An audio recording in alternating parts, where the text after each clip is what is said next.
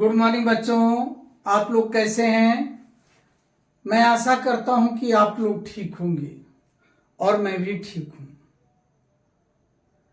इस समय organic chemistry के टॉपिक चल रहे हैं बच्चों हमारे यूट्यूब चैनल पर, और आप उसका लुत्फ उठा रहे हैं। और लुत्फ उठाना ही नहीं, आप उनको पढ़िए और अपने रफ पे उनकी प्रैक्टिस करिए। और ऑर्गेनिक रिएक्शन की या ऑर्गेनिक केमिस्ट्री की बात करें तो जितना ही आप उसको अपने रफ पर गोद कर पढ़ेंगे या यूं कहिए कॉपी के पन्ने को खर्च करके पढ़ेंगे, उतना ही आपके लिए अच्छा होने वाला है। और अच्छा से अच्छा हो इसके लिए आप उसकी मैकेनिज्म को वेल कॉन्फिडेंस के साथ मेंटेन करिए कि कहां से बॉन्ड टूटता है और कहां पर जाकर के बॉन्ड जुड़ता है, ये आपको पता होना चाहिए। तो इस समय हम अभी भी पढ़ रहे हैं क्या, केमिकल प्रॉपर्टीज। किसकी केमिकल प्रॉपर्टीज? फिनाइल की केमिकल प्रॉपर्टीज पढ़ रहे हैं।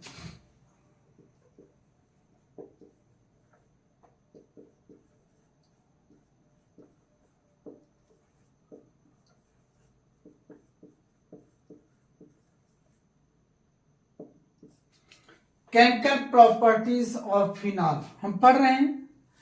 तो केमिकल प्रॉपर्टीज ऑफ फिनाल में यहां पर आज हम सबसे पहले पढ़ेंगे फ्रीडेल क्रॉफ्ट रिएक्शन। क्या पढ़ेंगे?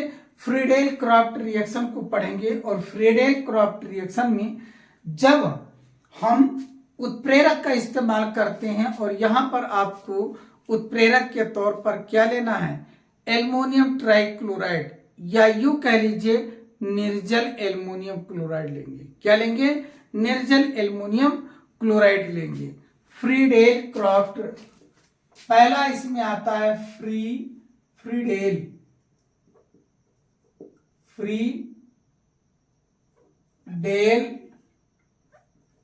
Craft reaction. फ्रीडेल क्रॉफ्ट, जब हम फ्रीडेल क्रॉफ्ट रिएक्शन की क्रिया कराते हैं तो सबसे पहले हम क्या लेंगे? फिनॉल लीजिए, क्योंकि हम फिनाइल की केमिकल प्रॉपर्टीज को पढ़े बच्चों। फिनॉल, ये हो गया फिनॉल। अब हम कैटलिस्ट के रूप में जो लेते हैं निर्जल एल्युमिनियम क्लोराइड AlCl3, वो भी कैसा रहेगा? निर्जल रहेगा।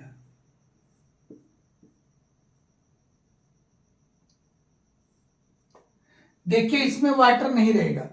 जब फिनॉल की अभिक्रिया निर्जल एल्युमिनियम क्लोराइड की उपस्थिति में मेथिल क्लोराइड से कराते हैं CH3Cl, ये क्या हो गया? Methyl chloride.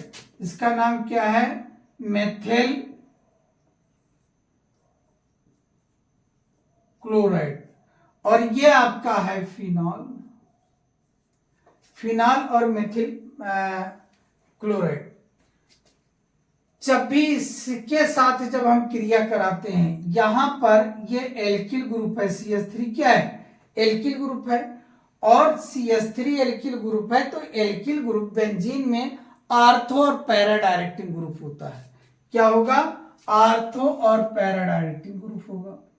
अर्थात ये या तो आर्थो पोजीशन पर जुड़ेंगे या तो पैरा पोजीशन पर जुड़ेंगे। इनकी खास बात है एल्किल ग्रुप की या यहां पर मेथिल की कि आर्थो या पैरा पोजीशन पर ये जुड़ेंगे।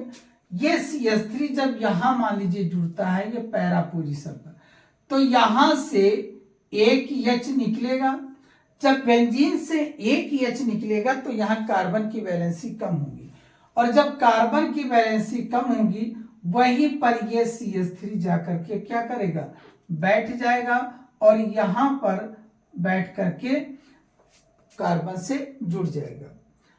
अब ये H और इसका Cl क्या बन जाएगा? इसका H और इसका Cl क्या बन जाएगा?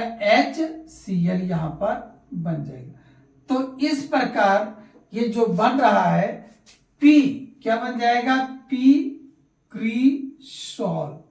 क्या बन जाएगा, इसका जो कॉमन नेम है बन रहा है, क्या बन जाएगा, प्री क्रिसॉल।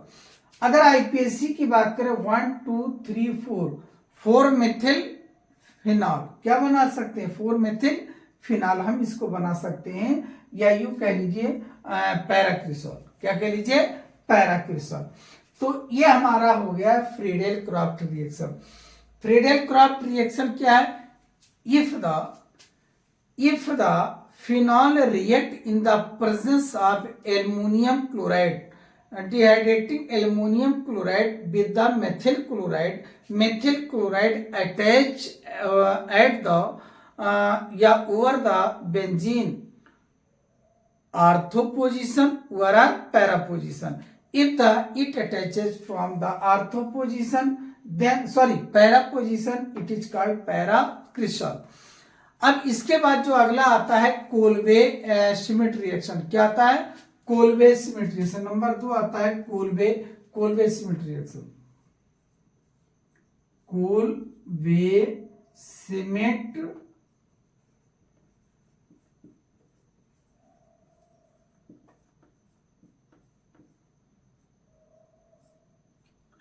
देखिए, कोल्बे श्मिट रिएक्शन या इसको कहते हैं कोल्बे श्मिट रिएक्शन। क्या कहते हैं, कोल्बे श्मिट रिएक्शन या कोल्बे श्मिट रिएक्शन कहते हैं। देखिए यहां पर क्या करना है, यहां पर हम लेंगे सोडियम फिनॉक्साइड। सोडियम फिनॉक्साइड क्या होता है बच्चों, सोडियम फिनॉक्साइड C6H5ONA। ये क्या है, ये सोडियम फिनॉक्साइड है। तो सोडियम फिनॉक्साइड देखिए मैं स्ट्रक्चर के फॉर्म में बना लूं, ये हो गया सोडियम फिनॉक्साइड। जब हम सोडियम फिनॉक्साइड की अभिक्रिया कार्बन डाइऑक्साइड के साथ 125 सेल्सियस ताप पर और 4 से 7 एटीएम पर क्रिया कराते हैं, किसके साथ क्रिया कराते हैं, CO2 के साथ। जब हम सोडियम फिनॉक्साइड, इसका नाम है सोडियम फिनॉक्साइड, क्या नाम है, सोडियम फिनॉक्साइड। CO2 से क्रिया कराते हैं किसकी, कितने पर, 125 सेल्सियस पर, 125 पे, और 4 से 7 एटीएम। जो वायुमंडलीय दाब कितना है, 4 से 7। तो देखिए ये जो CO2 है इसको हम किस रूप में लिख सकते हैं, COO स्ट्रक्चर फॉर्म में, क्योंकि ये ऐसे होता है बच्चों, ये इस तरह होता है। ये देखिए ये CO2 है, ये CO2 है। अब ये कार्बन यहां पर जुड़ना चाहेगा बेंजीन के, तो जैसे कार्बन यहां पर जुड़ेगा, यहां से क्या निकल जाएगा, एक हाइड्रोजन निकल जाएगा। क्या निकल जाएगा, एक हाइड्रोजन जब निकलेगा तो यहां पर कार्बन आकर के क्या करेगा, बैठ जाएगा। तो ये हो जाएगा सी बेंजीन ओ, इस तरह, और ये COO हो जाएगा। जब ये COO हो जाएगा, ये सोडियम जो है कहां जुड़ जाएगा, इसी से जुड़ जाएगा। इसका जो सोडियम है रिप्लेस होकर कहां, इसके साथ जो COO है उसी के साथ जुड़ना चाहेगा, आई मीन इसके साथ, इसके साथ जुड़ना चाहेगा। तो यहां पर क्या बचा, O, और जो यहां का H है जो H, वो H जो है इस O से जुड़ना चाहेगा, इस तरह देखिए, इस तरह। ये जो ये H है, यहां से निकला हुआ H इस O से जुड़ना चाहेगा, तो क्या हो जाएगा, H। अब ये हो जाएगा जो हमारा अनस्टेबल कंपाउंड यहां पर बना, क्या कहेंगे, ऑर्थोहाइड्रोक्सी बेंजोइक अम्ल का सोडियम लवण प्राप्त हुआ। ये ऑर्थोहाइड्रोक्सी, ये बेंजीन है तो बेंज, और ये क्या है, कार्बोक्सिलिक ग्रुप, तो COH होता है ना, ओइक, और यहां पर लगा है Na, तो ओइक का तो है लेकिन Na जुड़ा है तो सोडियम लवण। ये हो जाएगा ऑर्थोहाइड्रोक्सी बेंजोइक, आर्थो हाइड्रोक्सी बेंजोइक का सोडियम लवण आपको प्राप्त हो गया। इसका जब हम HCl के द्वारा इनको अम्लीकृत कर दें, किसके द्वारा? HCl, डाइल्यूट HCl हो, क्या हो? डाइल्यूट HCl हो। तो जब डाइल्यूट HCl है तो बच्चों ये क्या करेगा? ये NaCl निकल जाएगा। ये देखिए Na और Cl, NaCl निकल जाएगा और इसका H जो है आकर के यहीं पर आक्रमण कर देगा। देखिए ये H जो बेटा यहाँ आकर के COOH से जुड़ जाएगा, तो ये हो जाएगा COH और प्लस ये NaCl जो है, NaCl क्या करेगा? बाहर निकल जाएगा। अब इसको हम कह सकते हैं सैलिसिलिक एसिड। क्या कहते हैं? Salicylic acid. क्या हो जाएगा? Salicylic acid. क्या बन गया? सैलिसिलिक एसिड बन गया। तो इस प्रकार हमारा ये भी कंप्लीट हो गया। Kolbe-Schmidt reaction. कोल्बे-श्मिट रिएक्शन में क्या करते हैं? सोडियम फिनॉक्साइड की जब CO2 के साथ क्रिया कराते हैं 125 सेल्सियस ताप पर, तो एक माध्यमिक उत्पाद बनता है जो कि आर्थो हाइड्रोक्सी बेंजोइक अम्ल का सोडियम लवण प्राप्त होता है। जब इसका तनु या डाइल्यूट HCl के साथ अम्लीकृत करते हैं तो ये बन जाता है सैलिसिलिक क्या? एसिड का फॉर्मेशन हो जाता है। अब इसी क्रम में हम आगे जब पढ़ाएंगे बच्चों, तो एक हम लेकर के आएंगे जिसको हम कहते हैं गाटरमान रिएक्शन। वैसे गाटरमान कोच रिएक्शन भी होता है और गाटरमान रिएक्शन भी होता है, दोनों रिएक्शन अलग अलग होती हैं। तो जो गाटरमान रिएक्शन की जब क्रियाएं होंगी तब वहां पर हमारा फिर क्या बनेगा कि हाइड्रोक्सी बेंजीएल्डिहाइड का फॉर्मेशन होगा। किसका फॉर्मेशन होगा? हाइड्रोक्सी बेंजीएल्डिहाइड का फॉर्मेशन होगा। तो लगे हाथ उसको भी निपटा लेते हैं बच्चों।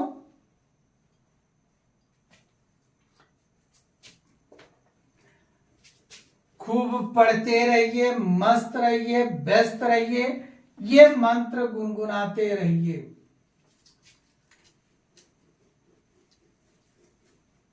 देखिए बच्चों, कुछ ऐसी क्रियाएं हैं जो हमारे मन में आती रहती हैं, या यूं कहिए कुछ ऐसी क्रियाएं हैं जो हमारे नियंत्रण के बाहर हैं।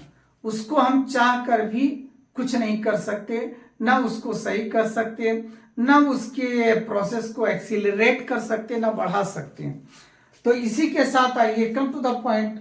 गाटरमान रिएक्शन क्या है? गाटरमान रिएक्शन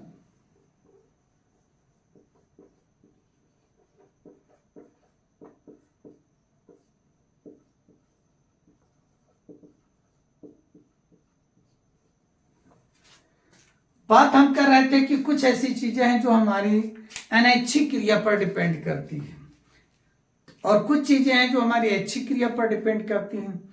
जैसे कि अभी धक धक करने लगे तो आप क्या समझेंगे?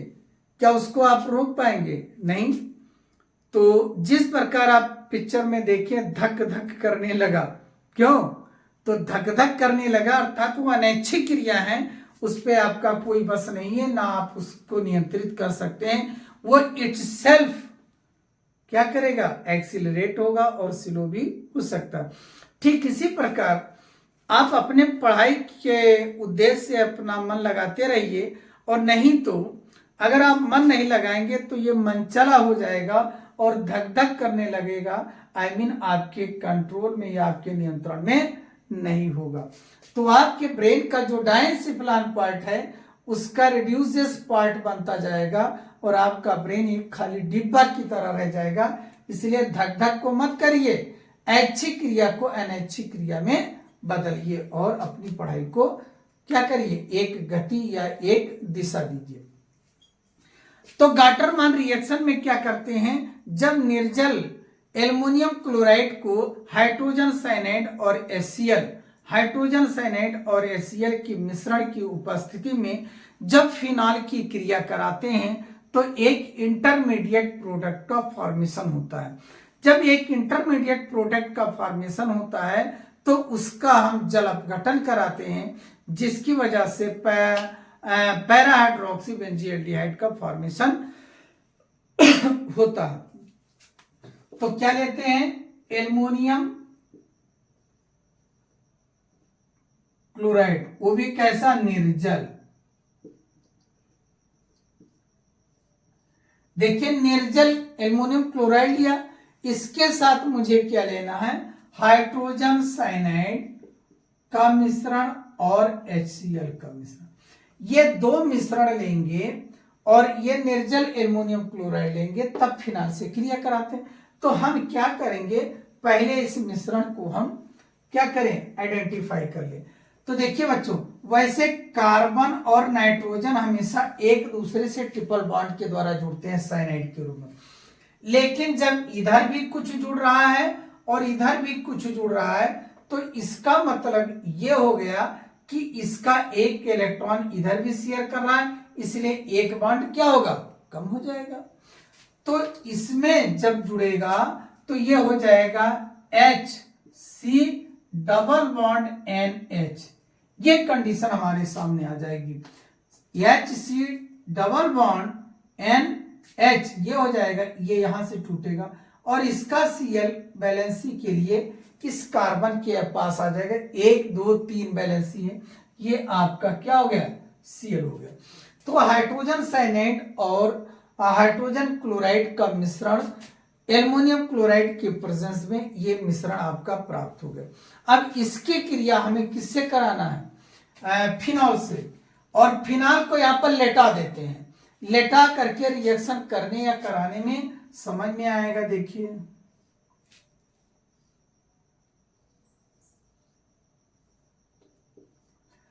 ये बच्चा फिनॉल है, क्योंकि फिनॉल से वो जुड़ा, फिनॉल हो गया। अब इस मिश्रण को लीजिए plus ClHC double bond NH हो गया। तो जब भी इनमें से कोई समूह, कोई ग्रुप इस बेंजीन के किसी पार्ट से जुड़ेगा तो वहां से सबसे पहले एक H निकलेगा, और जब H निकलेगा तो कार्बन की वैलेंसी कम होगी या कोई दूसरा आकर के वहां बैठ सकता है या बैठने की कोशिश करेगा। और यहां पर आपने लिया AlCl3, वो भी कैसा लिया, निर्जल लिया। कैसा लिया, निर्जल लिया भाई। हाँ, तो अब यहां जब जुड़ेगा तो यहां से क्या करेगा, एक H हाइड्रोजन को निकालेगा और यहां से हाइड्रोजन को त्यागेगा। तो इस प्रकार ये HCl बन जाएगा। क्या बन जाएगा, HCl। ये देखिए HCl इस तरह लिख दिया, इसका मतलब HCl निकल रहा है। अब ये कार्बन इस बेंजीन से जुड़ जाएगा, ये कार्बन कहां जुड़ जाएगा, इस बेंजीन से जुड़ेगा। तो ये हो जाएगा HO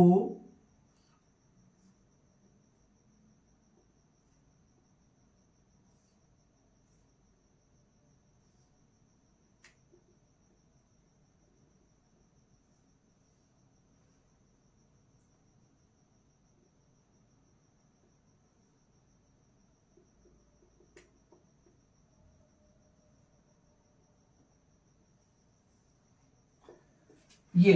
अब ये C ये हो जाएगा CH डबल बॉन्ड NH, ये हो जाएगा, NH हो जाएगा। अब इसका हम क्या कर देंगे, जल अपघटन करा दीजिए H2O से। अब देखिए जब H2O से क्रिया कराएंगे तो जो इसका H2 है, ये बॉन्ड यहां से टूटेगा बच्चा, ये बॉन्ड यहां से टूटेगा, इसका दोनों H NH के रूप में निकल जाए NH से। तो NH ये है और दो हाइड्रोजन क्या हो जाएगा, NH3। तो इधर साइड में क्या निकल जाएगा, NH3 निकल जाएगा। अब देखिए ये क्या बचा, बेंजीन।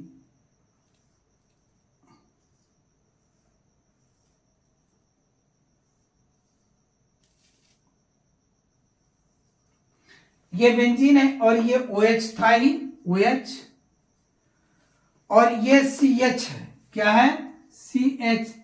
इस कार्बन की वैलेंसी नहीं पूरा है और ये ऑक्सीजन जाकर के यहां पर ऑक्सीडेशन की क्रिया कर देगा और ये क्या हो जाएगा, OH हो जाएगा, आई मीन CHO, क्या हो जाएगा, CHO, और प्लस क्या निकल जाएगी, NH3।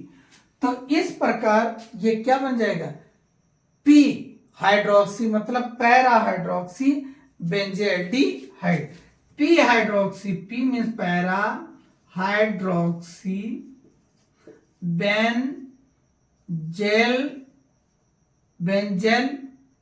Benzaldehyde, para hydroxy benzaldehyde का फॉर्मेशन हो जाएगा। तो इसमें क्या करते हैं, हाइड्रोजन साइनाइड और हाइड्रोजन क्लोराइड के मिश्रण को एल्युमिनियम क्लोराइड की उपस्थिति में क्रिया कराया, जिसकी वजह से यह एक मिश्रण हमारा, यह मिक्सचर प्राप्त हो गया। अब इस मिक्सचर की क्रिया हम फिनॉल के साथ कराएंगे। तो इस मिक्सचर का जो हाइड्रोजन है ये Cl और ये Cl, और बेंजीन के ऊपर जहां भी कोई यौगिक जुड़ेगा वहां एक H लॉस करेगा, वो HCl के रूप में HCl ये निकल गया। तो ये कार्बन इस बेंजीन के कार्बन से जुड़ेगा और यह इधर चला जाएगा क्योंकि बॉन्ड बन रहा है कार्बन के बीच। तो हम यह क्या लिखेंगे, CH डबल बॉन्ड NH कि देखिए क्या लिखा, CH डबल बॉन्ड NH लिखा। अब इसका आप जल अपघटन कराएंगे तो जो जल के दोनों हाइड्रोजन है नाइट्रोजन या यूं कहिए NH के साथ मिलकर के NH3 फॉर्मेशन करके अलग हो गए और ये बचा फिनॉल और ये CH की वैलेंसी के लिए ये ऑक्सीडेशन की क्रिया कर जाएगा इस कार्बन के साथ यहाँ पर, तो यहाँ पर H ऑक्सीडेशन क्रिया कर जाएगा, CHO बन जाएगा। इस प्रकार बन गया पैरा हाइड्रोक्सी बेंजील्डिहाइड का फॉर्मेशन हो गया। ठीक है, तो इस प्रकार बच्चों फिनाल की रासायनिक प्रॉपर्टीज हम पढ़ रहे थे, केमिकल प्रॉपर्टीज ऑफ फिनाल पढ़ रहे थे। हमें उम्मीद है कि काफी अच्छा लगा होगा और आप भी थोड़ा कोशिश करिए, हम भी थोड़ा कोशिश करते हैं और फिर देखिए आपको ऑर्गेनिक केमिस्ट्री बहुत ही आसान लगेगी और इससे भी आसान ऑर्गेनिक केमिस्ट्री होने वाली है बच्चों। Okay, thank you.